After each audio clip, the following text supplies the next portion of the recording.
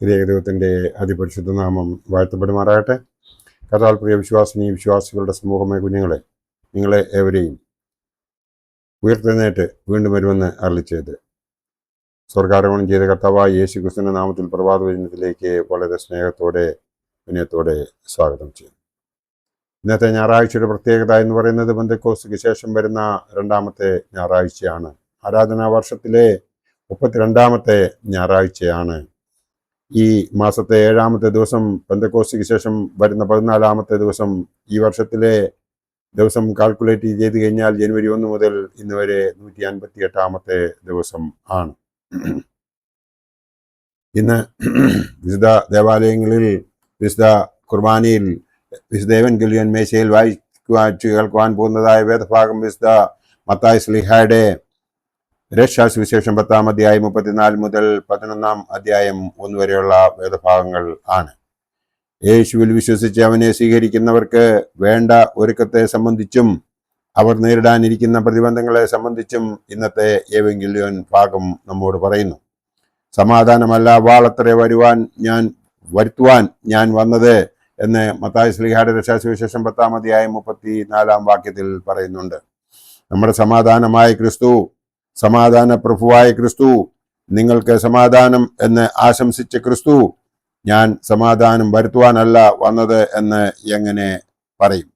നാം എഫേസ്യർ 2:14 നോക്കുമ്പോഴും, യെശയ്യാ 9:6 നോക്കുമ്പോഴും, യോഹന്നാൻ 20:21 നോക്കുമ്പോഴൊക്കെയും ഈ ഞാൻ മുകളിൽ പറഞ്ഞതായ ഭാഗങ്ങളൊക്കെയും നമുക്ക് കാണുവാൻ സാധിക്കും. ഇതൊരു വിരോധാഭാസമായി ഒറ്റ നോട്ടത്തിൽ തോന്നിയേക്കാം. സമാധാനവും വാളും പരസ്പരം വിരുദ്ധമാണല്ലോ. സ്വർഗീയ രാജാവായ ക്രിസ്തു വന്നത് ദുഷ്ടന്റെ അധീനതയിൽ കിടക്കുന്നവരെ, 1 യോഹന്നാൻ 5:19 പുറത്തു കൊണ്ടുവരുന്നതിനായിട്ടാണ്. അദ്ദേഹം അങ്ങനെ സാത്താന്റെ അപകടത്തിൽ നിന്ന് പുറത്തു വരുന്നവരും സ്വർഗീയ രാജാവിനെ സ്വീകരിക്കുന്നവരെ എതിർക്കുന്നവരും ആയ രണ്ട് വിഭാഗങ്ങൾ തമ്മിലുള്ള പോരാട്ടത്തെയാണ് വാൾ എന്നതുകൊണ്ട് ഇവിടെ അർത്ഥമാക്കുന്നത്. മീഖ ദീർഘദർശി മുൻകൂട്ടി ഇതിനെക്കുറിച്ച് പ്രവചിച്ചിട്ടുണ്ട്. മീഖ 7:6 ഇപ്രകാരം പറയുന്നു: മകൻ അപ്പനെ നിന്ദിക്കുന്നു, മകൾ അമ്മയോടും മരുമകൾ അമ്മാവി അമ്മയോടും എതിർത്ത് നിൽക്കുന്നു. മനുഷ്യന്റെ ശത്രുക്കൾ അവന്റെ വീട്ടുകാർ തന്നെ എന്ന് എടുത്തു പറഞ്ഞിരിക്കുന്നു. ലൂക്കോസ് എവൻഗേലിയോസ്തായുടെ സുവിശേഷം 14:26, മത്തായി 10:35 മുതൽ 37 വരെയുള്ള വേദഭാഗം നോക്കുമ്പോൾ, എൻ്റെ അടുക്കൽ വരികയും അപ്പനെയും അമ്മയെയും ഭാര്യയെയും മക്കളെയും സഹോദരന്മാരെയും സഹോദരിമാരെയും സ്വന്തം ജീവനെയും കൂടെ വായിക്കാതിരിക്കുകയും ചെയ്യുന്നവന് എൻ്റെ ശിഷ്യനായിരിക്കുവാൻ കഴിയുകയില്ല എന്ന് പറഞ്ഞിരിക്കുന്നു. യേശുക്രിസ്തുവിന്റെ വരവ് മൂലമുണ്ടാകുന്ന ആഭ്യന്തര ഭിന്നത,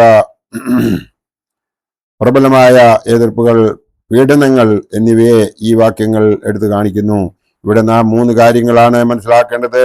ഒന്നാമത്തേത്, ദൈവത്തോടുള്ള സഹവാസം ലോകത്തിൽ ഏറ്റവും സ്നേഹമുള്ളവരിൽ നിന്ന് വേർതിരിച്ച് നിർത്തുന്നു എന്നുള്ളതാണ്. രണ്ടാമത്തേത്, ദൈവത്തെക്കാൾ അധികമായി മറ്റൊന്നിനെയും സ്നേഹിക്കരുത് എന്നുള്ളതാണ്.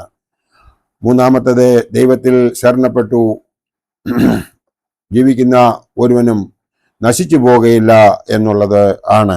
ഒന്നാമത്തേത്, ദൈവത്തോടുള്ള സഹവാസം ലോകത്തിൽ ഏറ്റവും സ്നേഹമുള്ളവരിൽ നിന്ന് വേർതിരിച്ചു നിർത്തുന്നു എന്നുള്ളതാണ്. നാം ദൈവത്തോട് സഹവസിക്കുമ്പോൾ നാം ഈ ലോകത്തിൽ മറ്റേതിനെങ്കിലും കൂടുതൽ സ്നേഹിക്കുന്നുവെങ്കിൽ നമ്മുടെ മനസ്സെപ്പോഴും അവിടെ ആയിരിക്കും.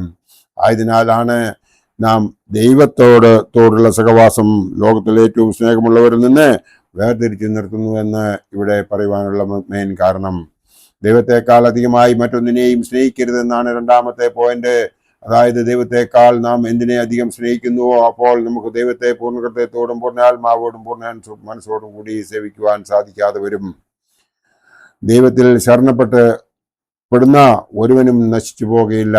അതായത്, ദൈവത്തിൽ വിശ്വസിച്ച് അവനിൽ ശരണപ്പെടുന്ന ഒരുവനും ഇന്നുവരെയും നശിച്ചു പോകാനായിട്ട് അവൻ അനുവദിച്ചിട്ടില്ല എന്നുള്ളത് നമ്മുടെ പിതാക്കന്മാരുടെ അനുഭവത്തിൽ നിന്നും നമ്മളുടെ ഓരോരുത്തരുടെയും ലഭിച്ചിട്ടുള്ളതായ കൃപാവരങ്ങളിൽ നിന്നും നമുക്ക് മനസ്സിലാക്കുവാൻ സാധിക്കും. ആയതിനാൽ നാം ഓരോരുത്തരും അവനിലേക്ക് അടുത്ത് ചെന്ന് അവനെ കൃത്യമായി മനസ്സിലാക്കി അവൻ കാണിച്ചു തന്നതായ വഴിയിലൂടെ യാത്ര ചെയ്യുകയാണ് വേണ്ടത്. ദൈവം നമ്മെ മനസ്സിലാക്കുന്നു, നമ്മുടെ ഓരോ പ്രവൃത്തിയും അവൻ അറിയുന്നു. ആയതിനാൽ നമുക്ക് ലഭിച്ചിട്ടുള്ളതായ എല്ലാ കൃപാവരങ്ങൾക്കും നന്ദി പറയണം, അവനെ സ്തുതിക്കണം, സ്തോത്രം ചെയ്യണം, അവനിൽ ശരണപ്പെടുകയും ചെയ്യണം. നാം ഇങ്ങനെയാണ് പ്രാർത്ഥിക്കേണ്ടത്: ഇതേവരെ ഞങ്ങളെ കാത്തുരക്ഷിച്ചതിനാൽ നിന്നെ ഞങ്ങൾ സ്തുതിക്കുന്നു, സ്തോത്രം ചെയ്യുന്നു. വരുവാനിരിക്കുന്ന ഓരോ നിമിഷങ്ങളിലും നിന്റെ കാവലും കോട്ടയും ഞങ്ങളുടെ എല്ലാ പ്രവർത്തന മേഖലകളിലും ഉണ്ടായിരിക്കണമേ എന്നാണ്. അതായത് നമ്മുടെ പ്രാർത്ഥന, അതായത് ഞങ്ങളെ ഇതേവരെ കാത്തു സൂക്ഷിച്ചതിനായി നിന്നെ ഞങ്ങൾ സ്തുതിക്കുന്നു, സ്തോത്രം ചെയ്യുന്നു എന്നാണ്. നാം ഈ വർഷത്തിലേക്ക് നോക്കുകയാണെങ്കിൽ ജനുവരി 1 മുതൽ 158 ദിവസമാണ് ഇന്ന്. ഇതേവരെ ദൈവം നമുക്ക് തന്നതായ ഈ വർഷത്തേത് മാത്രം നോക്കിയാൽ, ആയുസ് വെച്ച് നോക്കിക്കഴിഞ്ഞാൽ ബാക്കിയുള്ള ജീവിതം മുഴുവനും സ്തുതിയും സ്തോത്രവും പറഞ്ഞാലും അത് മുഴുവനാകുകയില്ല. ആയതിനാൽ നാം ഓരോരുത്തരും മനസ്സിലാക്കേണ്ടത്, പെന്തക്കോസ്തിക്ക് ശേഷം ഇന്ന് 14-ാമത്തെ ദിവസമാണ്.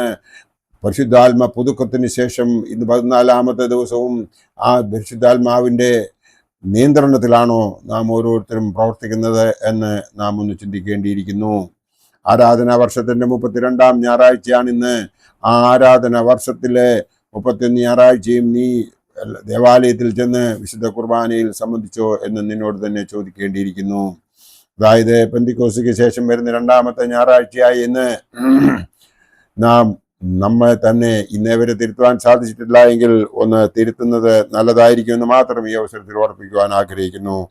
നമ്മുടെ എല്ലാ പ്രവർത്തന മേഖലകളിലും അവൻ്റെ കാവലും കോട്ടയും ഉണ്ടായിരിക്കണമെങ്കിൽ നമ്മുടെ പ്രവൃത്തിയും അവന് യോജിച്ചതായിരിക്കണം എന്ന് ഉള്ള ആ ഒരു തീരുമാനം നമ്മുടെ മനസ്സിലെടുത്തുകൊണ്ട് നമ്മൾ മാത്രമല്ല നമ്മുടെ കുടുംബത്തെയും അതിൻ പ്രകാരം മുമ്പോട്ട് നയിക്കത്തക്കവണ്ണം ഒരു മാതൃകാ പുരുഷനായി, ഒരു മാതൃകാ സ്ത്രീയായി, ഒരു മാതൃകാ കുടുംബ മെമ്പറായി നാം മുമ്പോട്ട് ജീവിക്കുന്നുവെങ്കിൽ ദൈവം നമ്മളെ എല്ലാവരെയും അനുഗ്രഹിക്കും. ഇതേവരെ നമുക്ക് ലഭിച്ചിട്ടില്ലാത്തതായ എല്ലാ അനുഗ്രഹങ്ങളും എല്ലാ കൃപാവരങ്ങളും അവൻ നമുക്ക് നൽകും എന്നതിന് യാതൊരു സംശയമില്ല എന്ന് മാത്രം ഈ അവസരത്തിൽ ഓർപ്പിച്ചുകൊണ്ട് എല്ലാവർക്കും നല്ല ഒരു ഞായറാഴ്ച ആശംസിച്ചുകൊണ്ട് എൻ്റെ വാക്കുകൾ ഇവിടെ ഉപസംഹരിക്കട്ടെ. ദൈവം നമ്മളെ എല്ലാവരെയും അനുഗ്രഹിക്കട്ടെ. നന്ദി, നമസ്കാരം.